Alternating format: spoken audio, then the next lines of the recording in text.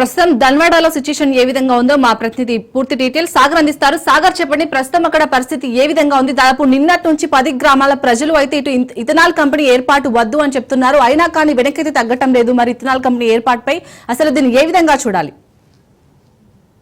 జోగులాంబ గద్వాల జిల్లా అలంపూర్ నియోజకవర్గానికి సంబంధించి పెద్ద ధన్వాడ మండలానికి సంబంధించి అయితే మొత్తానికి అక్కడ ఒక్కసారిగా నిన్న ఉద్రిక్త వాతావరణం నెలకొన్నట్టుగా కూడా తెలుస్తుంది. ఎందుకంటే ఏదైతే ఇథనాల్ ఫ్యాక్టరీ ఉందో ఇథనాల్ ఫ్యాక్టరీకి సంబంధించి పూర్తిగా 12 గ్రామాల ప్రజలంతా కూడా ఇథనాల్ ఫ్యాక్టరీ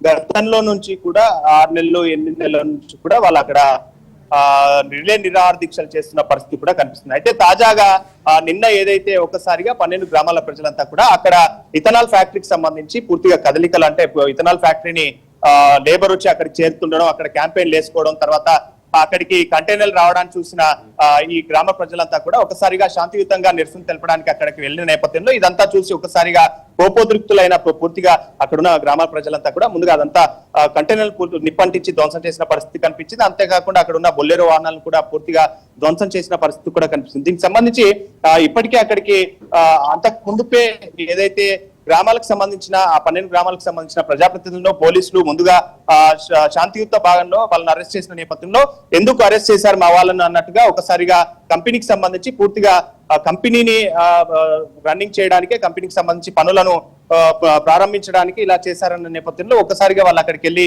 ఇదంతా ఉద్రిక్త వాతావరణం జరిగింది.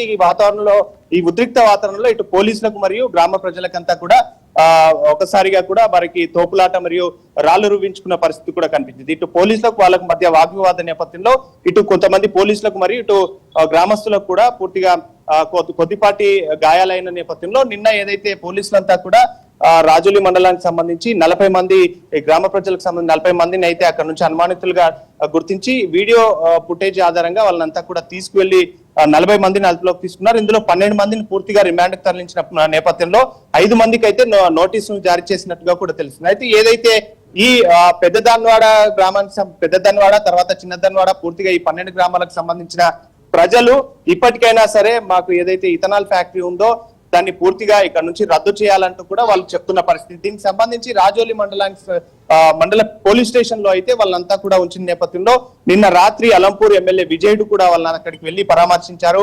ఎందుకు రైతులను ఈ విధంగా ఇబ్బంది పెడుతున్నారు, అక్కడ ఇథనాల్ ఫ్యాక్టరీ వద్దంటూ కూడా ఆయన మద్దతుగా ఇటు గ్రామ ప్రజలకు మద్దతుగా కూడా నిలిచిన పరిస్థితి కూడా కనిపించింది. మొత్తానికి అయితే కూడా ఈ ఇథనాల్ ఫ్యాక్టరీ వద్దు, ఇథనాల్ ఫ్యాక్టరీ వల్ల కూడా ఈ 12 గ్రామాల ప్రజలకు సంబంధించి ఇటు విషపూరితమైన రోగాలు కానీ మిగతా ఏదైతే భూములకు సంబంధించి పంటని భూములంతా కూడా పూర్తిగా ఈ విషయం ద్వారా పంటలు పండవన్న నేపథ్యంలో ఇక్కడ నుంచి పూర్తిగా తరలించాలి, ఒకవేళ తరలించకపోతే మేము ఎంతటికైనా తెగిస్తామంటూ కూడా గ్రామ ప్రజలు చెప్తున్నారు. ఇప్పటికే పోలీసులు అయితే మిగతా నిందితుల కోసం గాలింపు చర్యలు అయితే కొనసాగిస్తున్నారు. వీడియోగ్రఫీ ఆధారంతో వాళ్ళంతా కూడా గ్రామాల్లో పూర్తిగా పహారా కాస్తున్నారు. ఏదైతే పూర్తిగా పెద్ద ధన్వాడ దగ్గర ఉన్న పెద్ద ధన్వాడ శివార్లో ఉన్న ఇథనాల్ ఫ్యాక్టరీ వద్ద పూర్తిగా అదంతా 144 సెక్షన్ నడుస్తుంది. అదంతా పోలీసుల పారిలోనే ఉంది. ఎందుకంటే గ్రామ ప్రజలు ఇటు ఎవరు రాకుండా కూడా అదంతా కూడా 144 సెక్షన్ నడుస్తుంది. ఇప్పటికైతే ప్రస్తుతానికి అక్కడ పరిస్థితి అయితే ప్రశాంత వాతావరణమే కనిపిస్తుంది. ఎందుకంటే ఇటు కంపెనీకి సంబంధించి యాజమాన్యం కానీ ఇటు గ్రామ ప్రజలు ఎవరు కూడా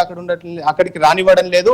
ఇటు పోలీసుల 144 సెక్షన్ నేపథ్యంలో పోలీసులంతా కూడా వాళ్ళ పహారాలోనే పూర్తిగా కంపెనీకి సంబంధించి వారినంతా ఉంచుకున్న పరిస్థితి కూడా కనిపిస్తుంది. మొత్తానికైతే ఇప్పటికైతే 12 మందిని రిమాండ్ తరలించారు. 5 మందికి అయితే నోటీసులు జారీ చేసినట్టుగా కూడా తెలుస్తుంది. ఈ నోటీసులు జారీ చేసిన నేపథ్యంలో మిగతా ఇంకా అనుమానితులు ఉన్నారు.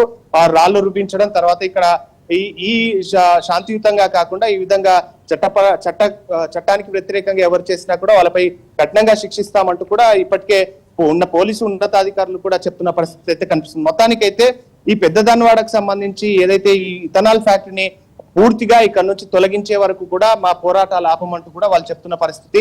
ఎన్ని కేసులు వేసినా కూడా దీంట్లో మేము వెనకంజ వేయమంటూ కూడా వాళ్ళు చెప్తున్న పరిస్థితి. మొత్తానికైతే గతంలో కూడా అయితే మాజీ ఎమ్మెల్యే అలంపూర్కు సంబంధించి మాజీ ఎమ్మెల్యే సంపత్ కుమార్ ఏఐసి ప్రధాన కార్యదర్శిన ఈయన గతంలో కూడా హామీ ఇచ్చారంటూ కూడా చెప్పారు. అంతేకాకుండా ప్రధానంగా అలంపూర్ నియోజకవర్గానికి సంబంధించి బీఆర్ఎస్ పార్టీలో ఉన్న ఎమ్మెల్యే కూడా అలంపూర్ ఎమ్మెల్యే అబ్రహం కూడా మాకు ఈ కంపెనీని రానియమంటూ ఆయన కూడా చెప్పారు. గతంలో కూడా ఇటు అధికార యంత్రాంగం కూడా చెప్పిందంటూ కూడా వాళ్ళు వాపోతున్నారు. ఏదైతే ఆర్డీఓకు కూడా పలుసార్లు మెమోరాండంలో వినతి పత్రాలు అందించాం.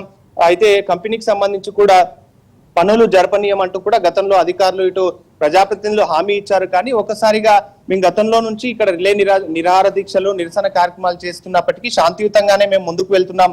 అంతలోనే ఈ యాజమాన్యం ఏదైతే ఉందో పూర్తిగా అక్కడికి కంటైనర్లను ఒకసారిగా మంగళవారం రోజు కంటైనర్లు, తర్వాత అక్కడ క్యాంపెయిన్లు వేసి అక్కడ పనిచేయడానికి కార్మికులను పూర్తిగా తెచ్చి అక్కడ నివాసాలు ఏర్పాటు చేయడంతో ఇదంతా కూడా కంపెనీని నిర్మించే క్రమంలోనే ఇదంతా చేస్తున్నారన్న నేపథ్యంలోనే శాంతియుతంగా అక్కడికి వచ్చి పోరాడదామంటే ఇదంతా చూసి అందరూ కలిసి ఇటు పోలీసులకు మరియు ఇక్కడ గ్రామస్తులకంతా ఒక్కసారిగా వాగ్వివాదం చోటు చేసుకున్న నేపథ్యంలో ఒక్కసారిగా కోపోద్రిక్తులైన ఈ గ్రామస్తులంతా కూడా ఏదైతే నివాసాల పైన కానీ అక్కడ ఉన్న కార్మికులను బయటికి పంపించి పూర్తిగా నివాసాల పైన దాడి చేసి నిప్పు అంటించిన పరిస్థితి కూడా కనిపించింది. అక్కడ ఉన్న కంపెనీకి సంబంధించిన పూర్తిగా వెహికల్స్ ఏవైతే ఉన్నాయో అవన్నిటిని కూడా ధ్వంసం చేసిన పరిస్థితి కూడా కనిపిస్తుంది. మొత్తానికైతే వీళ్ళ ప్రధానంగా డిమాండ్ ఏంటంటే ఏదైతే ఇథనాల్ ఫ్యాక్టరీ ఉందో ఇథనాల్ ఫ్యాక్టరీ నుంచి ఇక్కడ నుంచి పంపించేయాలి, ఇక్కడ ఉండొద్దు అంటూ కూడా వాళ్ళు వాపోతున్న పరిస్థితి. ఎందుకంటే సాగునీరు పూర్తిగా కలుషితమవుతుంది. ఇథనాల్ ఫ్యాక్టరీ ద్వారా వచ్చే కాలుష్యం పూర్తిగా ఇటు మా నెక్స్ట్ జనరేషన్ ఉన్న పిల్లలు కానీ ఇప్పుడున్న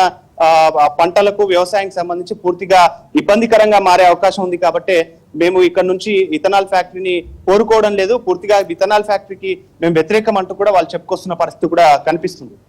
రైట్, థ్యాంక్ యూ సాగర్.